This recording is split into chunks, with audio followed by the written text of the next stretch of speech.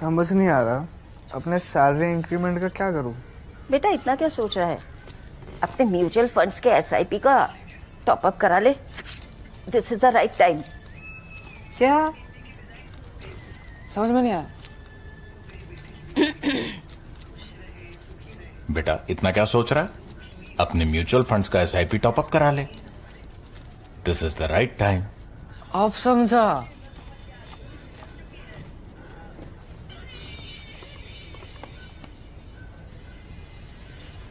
Mutual fund investments are subject to market risks.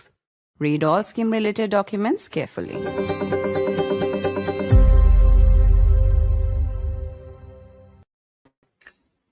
Why is Donald Trump really targeting India? Why is he penalizing India for the purchase of Russian oil and not penalizing China, which buys much more oil? Is this something personal? Is this a problem between Donald Trump and Prime Minister Modi? Is this about Operation Sindoor? Is there a global realignment taking place? Many questions and few answers. In a moment from now, we'll be talking to former MEA Advisor and partner at the Asia Group, Ashok Malik, whose column trying to address exactly this million-dollar question in the Financial Times is now viral. I'm Barkha Dutt. You're with the Mojo Story. On the program today, we try and look at the world after it's been upended by Donald Trump and his rather bizarre tariff war with India. What has made Trump single out India in the way that he has? If this is really about the purchase of Russian oil, why is Trump not penalizing China in the same way that buys much more oil? Is this about trade or is this about India refusing to flatter Trump? What explains Trump's new coziness with Pakistan? And how do we look at the new short-term alignments that seem to be forming around Trump's tariff war? The Chinese foreign minister in India, albeit headed next to Pakistan, and India's foreign minister in Moscow. Is in India, China, Russia axis now a real thing? A move by these three countries, where at least two are adversarial to try and contain the damage that Trump is bringing on the world as we have understood it or known it thus far. We try and tackle these questions now with our newsmaker on the program today. Let me welcome to the program Ashok Malik. Ashok Malik is a partner at the Asia Group and has been an advisor with the Foreign Ministry, the Ministry of External Affairs. Thank you, Ashok. It's good to see you. Let me actually get straight to your Financial Times column. The central argument that you make in the FT is that this is really about India holding out on the trade negotiations. And the reason that Trump is getting so apoplectic is because those trade negotiations have not yet concluded. The column, for anyone who hasn't read it, do please read it. It's on the screen at this moment. The column seems to make the argument that this is all about trade, not about all of the other sort of associated theories that several people have brought to this crisis. What's actually going on here, according to you? Look, obviously, like everybody else, I'm guessing. But since much of my work focuses on the economy at the Asia Group, I have tried to look at it through the economic lens. One, let's look at it through India's trade with Russia. India's trade with Russia, to be honest with you, before 2020 was very small. Its non-oil trade remains very, very small, practically non-existent. It switched to buying Russian oil because there was a run on its own oil markets, its own oil suppliers in the Middle East or the Gulf, straight after the Ukraine war, when the Europeans started pivoting from their suppliers in Russia to other suppliers. And since it's not like the world was getting new energy from Mars or from Venus. There was the same energy going around, which everyone was trying to buy. Every country was scrambling for energy. And Indian refining companies found Russian oil available on the high seas, and that began a process of purchasing oil.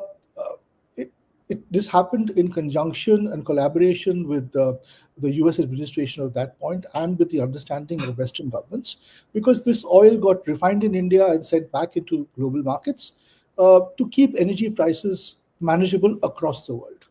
We are not the only country which had this problem. Let me name a country which Indians don't normally name: Pakistan. Pakistan, at that point in 2020 or thereabouts, the Pakistani government issued 3 global tenders for long-term gas supply contracts. 3. They were willing to pay dollars for that. None of those tenders got even a single response. Why? Because countries like Germany had skewed the spot market for gas by pouring dollars and euros into it. And I can understand the German government wanted energy for its people, just as the Indian government wanted for its people, or for that matter, the Pakistani government for its people. Now, with Russia, every country, not every country, but many countries have made compromises. The US imports fertilizers, imports uranium and palladium. The EU and European countries continue to import without restrictions gas. They also buy oil refined in countries like India. China buys lots of oil and sells lots of stuff. The Europeans sell a lot of stuff to Russia through Central Asia, through countries like Kazakhstan and the countries of the Caucasus.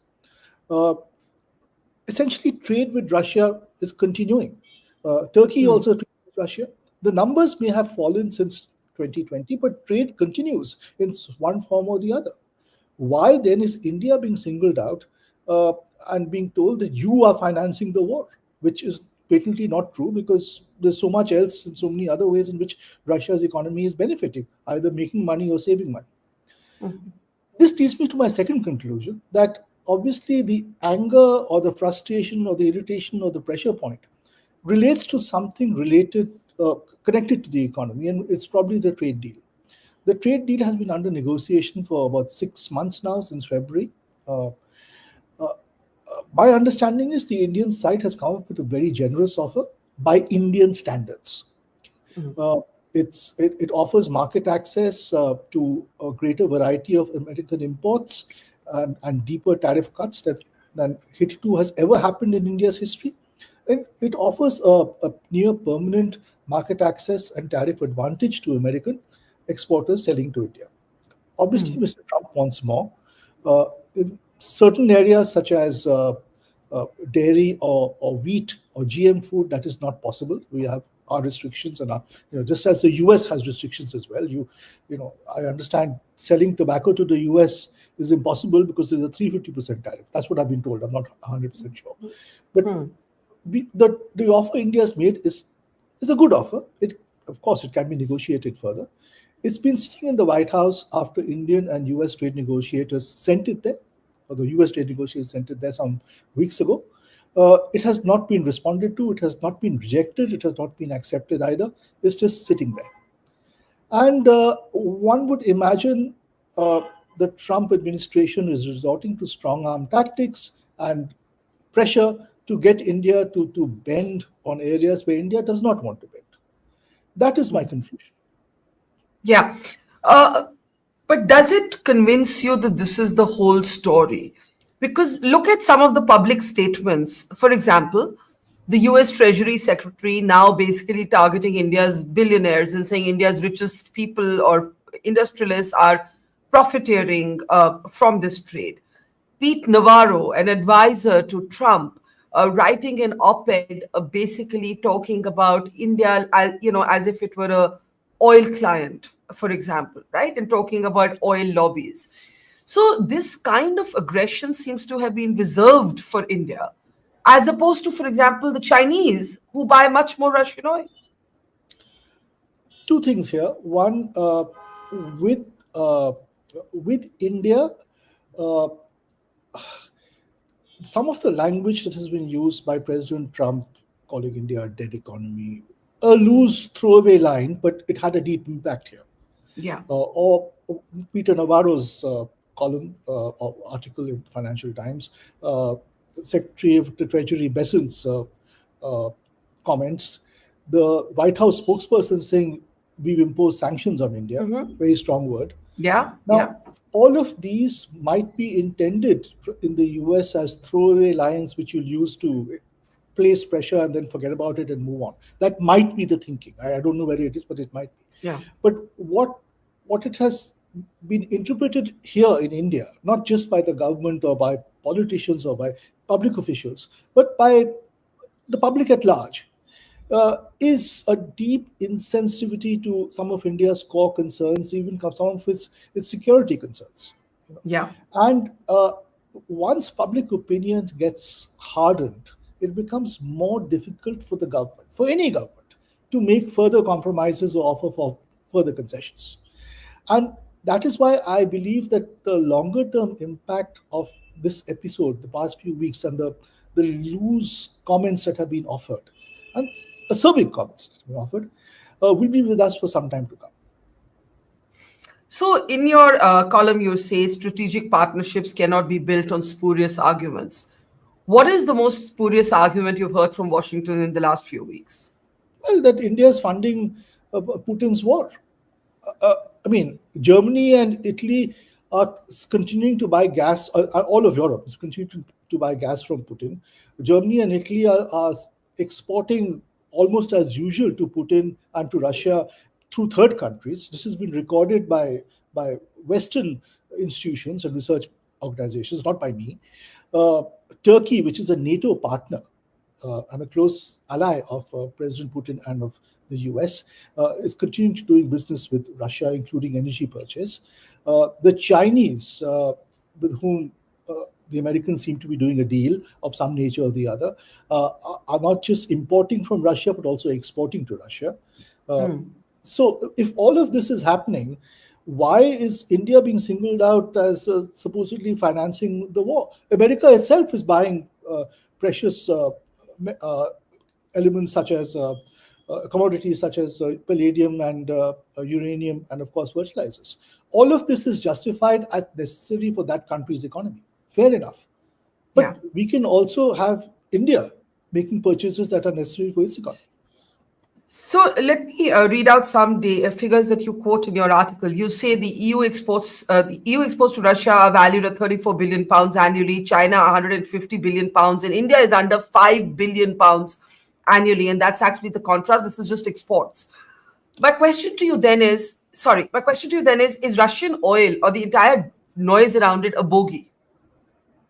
I would think it is a bogey. If you look at even EU exports to Russia, which I think are listed at 34 billion, this is certainly a fall from what it was in 2020. No question. It's a steep fall.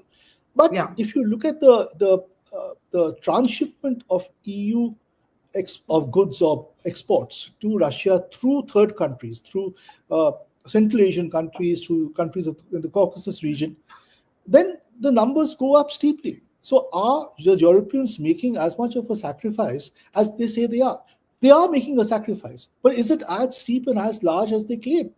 And why is India suddenly the bad guy? Because after all, the Russian oil being refined in India by excellent Indian refineries is being sold to European countries as well. They're using that oil. So, well, they can stop buying that oil if they so desire, but they need it for their own purposes, just as we need oil for our purposes. You just said that there's been a kind of insensitivity to India's core concerns, including security concerns. Now, one of the things that has been a bit baffling is Trump's newfound love for Pakistan. We've seen Asim Munir make 2 trips in 2 months. His comments at a private charity dinner in Tampa are reported to have included a nuclear threat. There are comments that attribute a threat to Mukesh Ambani. And then if you juxtapose that with the Treasury Secretary targeting India's wealthy industrialists for profiteering, you begin to see some dots joining there. How do we read this? I mean, and then of course there's talk of business dealings between, cryptocurrency trade linked to Trump's family and Pakistan's cryptocurrency council. What's actually going on here? Look, let's take a slightly wider view. Pakistan is an obsession for many of us in India, but we need to recognize quite correctly that while many countries have concerns about terrorism and certainly are sympathetic to India's predicament when it faces terrorism from sources based in Pakistan, beyond a certain point, Pakistan and Pakistani terrorism are our problem, not the world's problem. They're not Colombia's problem or Venezuela's problem. Those countries will offer us sympathy, but then they will do business with Pakistan to the degree they need to. So even America cannot entirely ignore Pakistan. That is accepted. However, insensitivity to the entire issue of terrorism, allowing Munir on American soil to make remarks that are even mildly put incendiary, Yeah. without any objection. And a few weeks after a conflict between India and Pakistan, a few weeks after a terrorist incident such as the one in Pahalgam, for the president of the US to say, oh, someday India can buy oil from Pakistan, very loosely. Uh, these are ill thought statements. And as I said, they might not be intended as anything more than immediate pressure or a throwaway line, but the impact they have on Indian public opinion is far greater than perhaps those who make them realize. But why? And I mean, if what's happening is because of trade in India, Pakistan's flattered Trump. It's spoken about how he deserves a Nobel Prize. Is this about flattery? First, we thought it was about Iran. Then we thought it was about cryptocurrency. Now we think it's about something else. So why? look, I don't want to get into flattery or cryptocurrency. All of those are concerns we've all heard about, we've all heard. But frankly, governments deal with each other on the basis of many different factors. Sometimes it's flattery or personality. Often it's the merits and substance of the deal. So there is an India-US trade proposal sitting at the White House. I certainly don't believe it's being assessed on merits. Because on merits, whoever looks at it would say, look, there are advantages for the US here. Let's push a little more at the negotiation table if we can, but let's take this. This is tranche 1A, there will be tranche 1B, and then there will be tranche 2. But let's start. Let's be constructive. The Indian side is not getting that sentiment. I cannot understand why. Beyond the point. There are Indian journalists based out of Washington who make the argument that India's message that Trump runs a top-down administration, and therefore you've got to reach Trump. There's no point reaching people in the administration. You've got to reach the president, and that India's message isn't reaching Trump. You agree with that? And if so, why?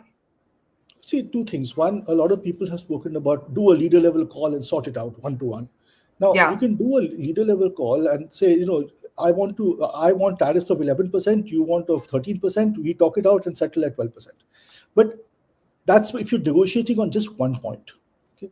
I want to buy a car for you for 1,000 rupees, you want 1,200 rupees, we agree at 1,100. That's a one-to-one discussion. But when you're negotiating something as complex as a trade deal, which ranges from agriculture to industrial commodities to energy, you need to get trade delegations into the room to have very technical discussions.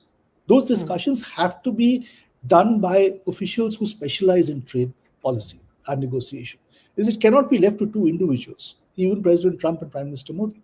And the certain countries have had leader level talks with the US to settle the tariffs issue, and they found themselves getting unilateral messaging from the US side, sometime in contravention of what has been agreed by the negotiating delegations. We've had that case with Vietnam, with Indonesia. Obviously, there is reluctance in other countries, including in India, to see a repeat of that process. Yeah. So what in I'm the Indian hearing system, for better or worse, a leader level call happens at the end of a process. It is not part of a process. So this is important. You're saying that at this juncture, a Modi-Trump call isn't going to cut it. What we are possibly dealing with is far too complex. It needs experts, negotiators to do the job. However, Yes, Nikki Haley, because what Trump is doing is also exposing differences within the Republican Party to some extent.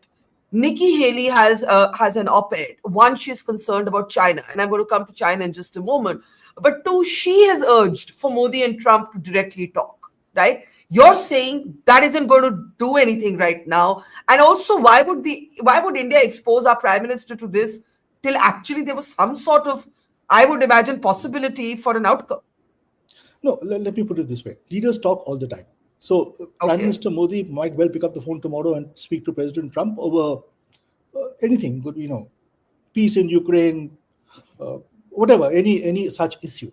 But the expectation that the Prime Minister and the President will negotiate the details, the granular details of a trade deal on a phone call is a bit exaggerated and unrealistic.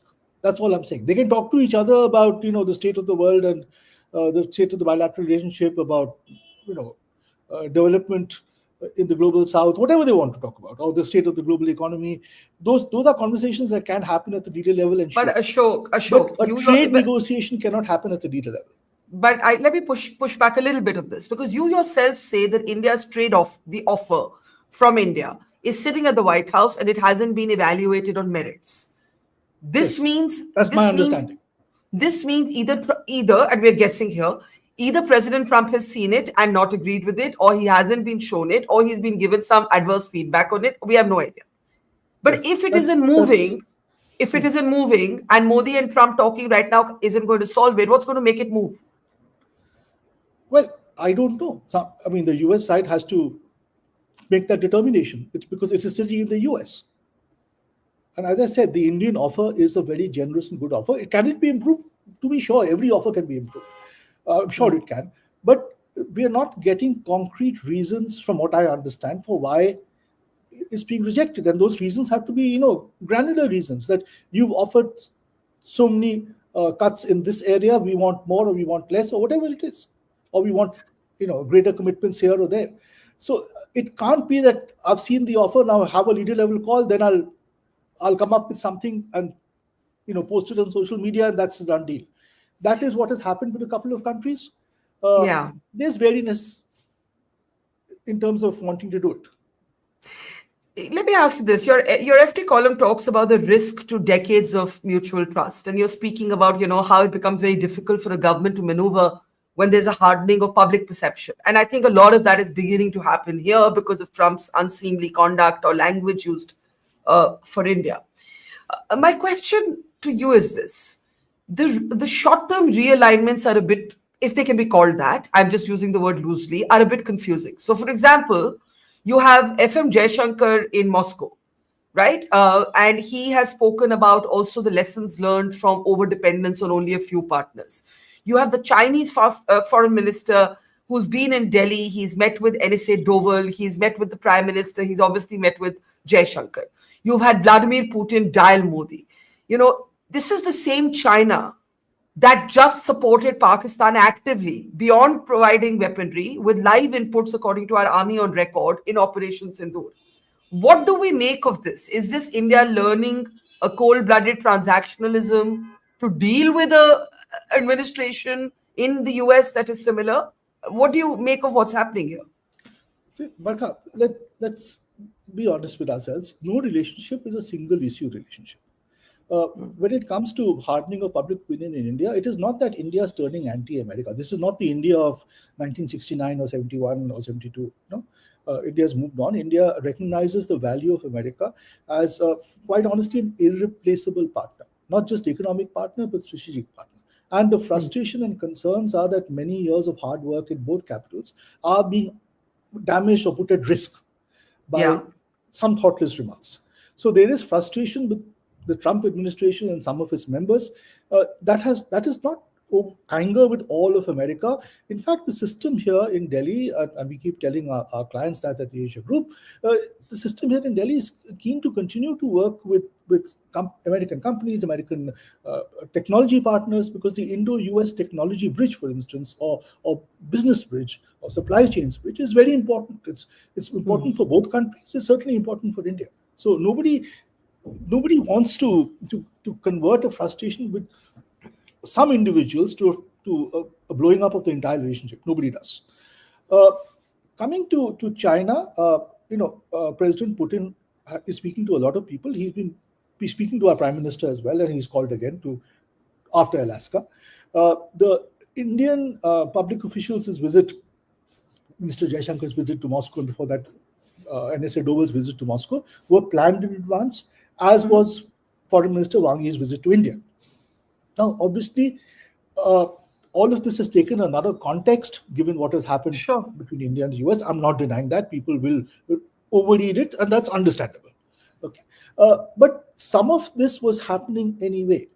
In October last year, 2024, India and China settled the last of the friction points on the border, where troops were virtually eyeball to eyeball. So things at the border are slightly better, though far from normal. This is not 2020. It's far from normal. And given that for India's own manufacturing ambitions and aspirations, some sort of cooperation with China is necessary. And again, many other countries are facing the same predicament. You need to import components from China, intermediates from China, engineering and tunneling equipment from China. You need that. So some sort of not normalization, but softening of economic engagement was expected anyway. However, guardrails remain in sensitive areas, in sensitive technology areas, in critical sectors of the economy, such as telecom or robotics or quantum computing, or even in the entirety of the electric vehicle value chain, because electric vehicles are data ingesters. In all of that, concerns remain and guardrails remain. But some cooperation with China is needed and absolutely required, because it is a very large economy and a large manufacturing economy. I want to ask you in the end, your column was one of the few I've seen on the tariff war that does not correlate what's happening to Operation Sindoor. The conventional wisdom is that things have nosedived because of Trump's annoyance that America's role, as he sees it or he claims it, was not acknowledged in Operation Sindoor. And everything has gone downhill from there. Another theory is that when Prime Minister Modi visited the US and the campaign in America was still on, he did not meet with Trump because he wanted to be seen to be even-handed and meet either both candidates or not meet either. You avoid that personal dimension in your analysis. Is it because you think it's irrelevant? Is it because you think this is really about trade? I think the substance is more important than personality. I've always felt that way. And let me put it this way. Maybe President Trump feels that he could have got more of an acknowledgement, though he's talked up his role more than required. Maybe there's all of that is true. But do remember, great leaders and prime ministers and presidents overcome these personal anxieties. Prime Minister Modi came to office in 2014. He came at the back of American visa denial, all of that. You lived through all of that. Yeah. All of us did. Yeah. Now, he could have said, I will not talk to America, I will talk to every other country, and I will make America wait. What did he do? He said, my country needs me to work with America because it's an important country. I will go to America. And he went there in September 2014 and began a great investment and put in all his political commitment to building that relationship, because he felt it was important for his country and for the world. So that is how, frankly, mature and responsible leaders act. A final question to you. There is one school of thought that says you can't actually deal with Trump through the formalism of Indian diplomacy structures. That's how our diplomats are trained, excellent as they are. Trump is a different creature, and he thinks his policy out loud on social media, and you need a different route, a different style to get through him. America is driven by lobbying firms. There is talk that India's lobbyists haven't done what they needed to do, that Pakistan has hired lobbyists, including one who was Trump's former bodyguard. I don't know what the merits of these arguments is, but do you need a different playbook to deal with Trump? Look, three things here. One, hats off to Pakistan. They've obviously, whatever they've done, through whoever they've done, they've had some achievements. And one must give them credit, while, of course, we will have to look after our own interests as well and take them up. But give them credit, they've certainly achieved something. Second, formalism and the playbook. There certainly should be a reckoning within the MEA, within the Indian system on lessons learned, what we did right, what we did wrong, what we could do better. Of course, that goes without saying. But fundamentally, we can't change who we are, can we? I mean, I have read newspaper columns saying, send somebody who's a golfer, send somebody, play golf with him. You think a golf game would have settled all this? Really, seriously? I mean, we've had former diplomats saying this, which is ridiculous. We've had people saying, do deals with Trump. Now tell me which Indian public official, civil servant, diplomat, or minister will make announcements about investments in China, investments in the US, FDI into the US, without the resources to back them. There will be inquiries here. There will be accountability in Parliament. The same people who are writing columns saying do all this will be writing columns saying why are you making such promises which India can't keep or maintain. So for better or worse, we have an accountable system here. It sometimes holds us back. I'm not denying that, but it also prevents us making reckless remarks or reckless statements or reckless promises, which certain other countries have the political system and ability to do, or that allows them that. So you don't believe that all is lost yet, but you do believe that there is danger that all could be lost. There is certainly a risk. There's a risk that this relationship for the past 25 odd years has been on an upward swing. It's gone through some challenges here and there, but essentially governments across party lines in both countries, Prime Minister Modi here, President Trump in his first term, President Biden, Prime Minister Manmohan Singh, they've all worked to strengthen this relationship. And certainly over the past 10 years, it's been strengthened, building on the legacy that Prime Minister Modi inherited. One would have hoped that would continue. There is now risk that we could plateau for some time. However, the business, technology, scientific research relationship between the two countries, I'm not even going into people to people, is simply so strong that frankly even governments can't stop it. Well, that's a rare note of optimism in the current environment. So thank you, Ashok, very much. Ashok Malik, partner at the Asia Group, former advisor to the MEA, has a column out in the Financial Times. If you haven't read it, I urge you to read it. He tries to analyze and answer the million-dollar question, why is Trump really singling out India? Thank you, Ashok. See you soon. Thank you, Barkha. Thank you. Bye-bye. It's great to see you here. Thank you for watching our work. If you haven't subscribed yet, don't forget to click the bell icon and subscribe to Mojo Story and support independent, robust journalism.